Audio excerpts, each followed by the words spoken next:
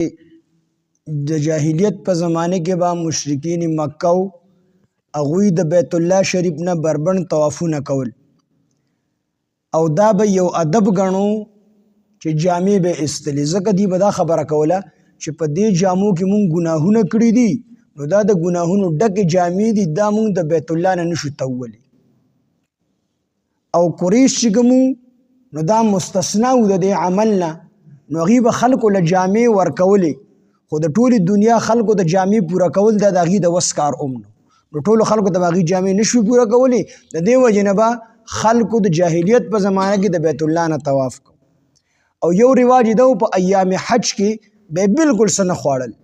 او که خوړل مې نو په دومره اندازې سره به خوراک کو چې صرف او صرف د مرګ نه به بچ شي صرف سا پکې ځي او راځي خصوصا حلال څیزونه پی وغیره دی په ځان باندې حرام کړي نو دې آیاتونو کې الله جل شانه فرمایي چې د حرمت او د حلت ته اختیار صرف د الله جل شانه سره دی دا نه پیغمبر سره نشته پیغمبر د حلت او د حرمت اختیار نه لري خو چې کوم څیز الله جل شانه فرمایي هغه حلالي او چې کوم څیز الله جل شانه فرمایلی چې دا حرام دی نو خلکو ته یې ښیي دغه رنګه علما کرام هغوی ته د حلت او د حرمت اختیار نشته دی بعضې خلک مسله تورات او کې طلاق یې ورکړي نو دې صرف د ملا نه د عالم او د مفتي نه فتوا د دې وجې نه راخلي چې زما خبره جوړه شي نو دوی ته پته وي دا طلاق د په یو طریقې سره ورکړي هغه طلاق شوي وي درې واړه طلاق واقع شوي دې ورله داسې صورت ګور چې زه عالم ته په داسې طریقه سره بیان کوم چې دا عالم دوکه کوم نو د عالم د خولې نه به راوځي دا خبره ټیک ده نو په دې باندې نه حلالېږي ځکه د عالم سره دا اختیار نشته دی چې د الله د پیغمبر سره دا اختیار نشته دی نو عام عالم پکې د کوم طرف نه راغی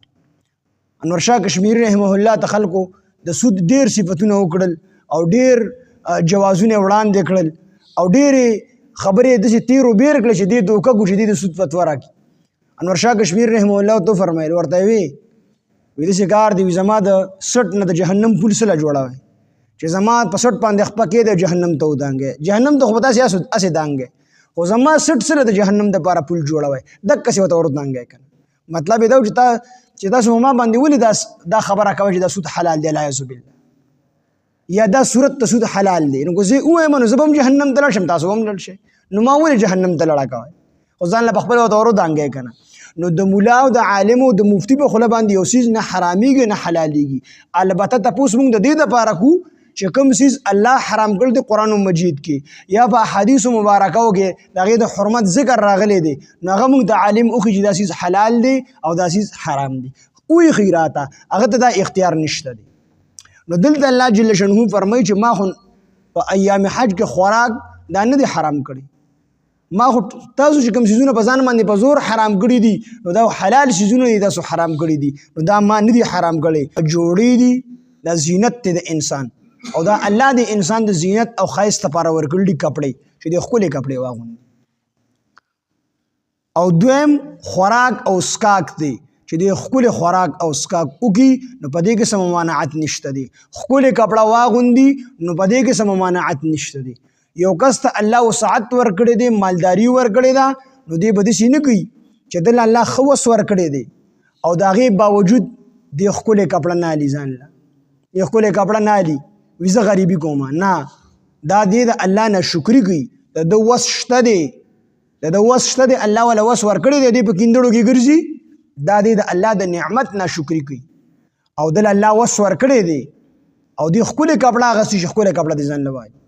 هغه دې جوړه کړي ښکلې څادر دې ځان له والي ښکلې پټکې دې ځان له والي الله والا وس ورکړی دی او چې وس یې نشته دی نو قرض به هم نه کوي داسې به نه کوي چې د ده د 2 روپو وس دی او دی د 10 روپو څیز اخلي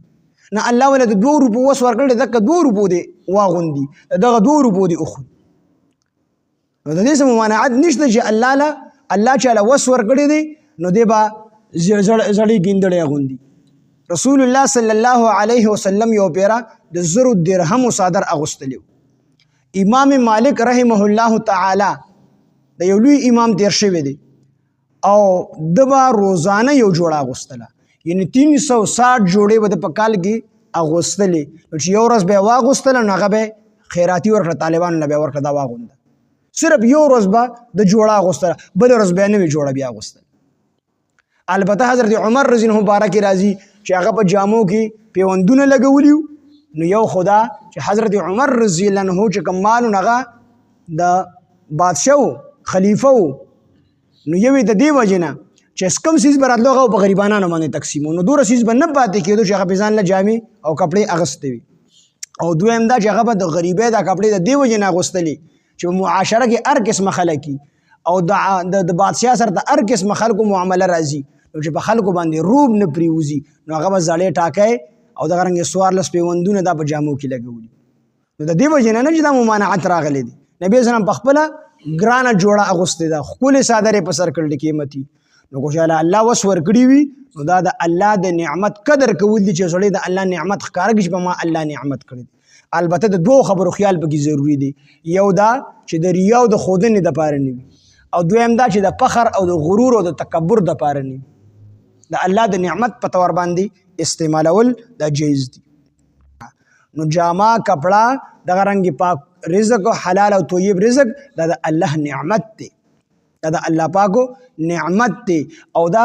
اصل کې الله د خپلو خاصو بندگانو دپاره د مؤمنانو دپاره رایستلي دي خو دا کافرانې زمونږ د وجې نه اغوندي دي زمونږ په برکت سره خوري ځکه چې په مخته ځمکه باندې یو مسلمان ژوندي وي نو قیامت نه راځي او چې یو الله الله ویونکی په مخته ځمکه ژوندي پاتې نه شو نو دې دنیا ته الله یو سکند نه ګوري دنیا په هغه ورځ باندې روانه کړي. نو کافران چې خوري دا زمونږ د برکت نه خوري. نو رزق او دغه رنګ دا کپړې او جامې دا نعمتونه دي او دا الله جل شانه د خپلو بندگانو مسلمانانو دپاره پیدا کړي دي. البته دا نور چې خوري نو دا زمونږ د وجې نه خوري. سوال راځي دلته چې دا نعمتونه کوم ذکر شو جوړې او کپړې نو دا د الله پاک نعمتونه دي ښکلې خوراک پاک خوراک ذکر شو نو دا خو د الله نعمت دی نو الله به د خپل نعمت هغه چاله ورکړي چې څوک یې خوښي نو زمونږ نه زیات نعمتونه دا خو په کافرانو باندې دي او بلې کافرانو به دا دعوا هم کوله وي که موږ د الله خوښ نه وي دا دومره نعمتونه به الله موږ له نه راکول که موږ د الله خوښ نه وي نو دا دومره نعمتونه به یې نه راکول نو دا د هغې سوال جواب دی چې نعمت په الله غي نعمت وي چې دا د الله د عذاب نه خالی وي نو کافران چې دلته څومره جامې اغوندي نو دا به ورته په ورځ د قیامت عذاب جوړیږي څومره چې دي دلته کې نعمتونه استعمالي دا به ورته په ورځ د قیامت عذاب جوړیږي د عذاب نه خلاص نه دي د عذاب نه خلاص څوک دي صحیح مؤمنان دا د عذاب نه خلاص دي د مؤمنانو دپاره به دا نعمتونه ځکه دوی به د دې شکریه ادا کړي که نه او کافرانو د دې شکریه نه ده ادا کړې نو دغه نعمت بیا نعمت نه جوړیږي دغه بیا زحمت جوړیږي دغه بیا عذاب جوړیږي نو دا به خالص د چا دپاره وي د مؤمنانو دپاره په ورځ د قیامت به د دې شکریه دی ادا کړي نو الله به ورته نور نعمتونه ورکي او چې کوم نعمتونه ورته الله ورکي نو هغه نعمت باندې بیا زوال نه راځي ختمیږي نه هغه نعمت هغه بیا همیشه همیشه د سره وي په ورځ د قیامت به دا خالص وي یعنی د دې به دې شکریه ادا کړي وي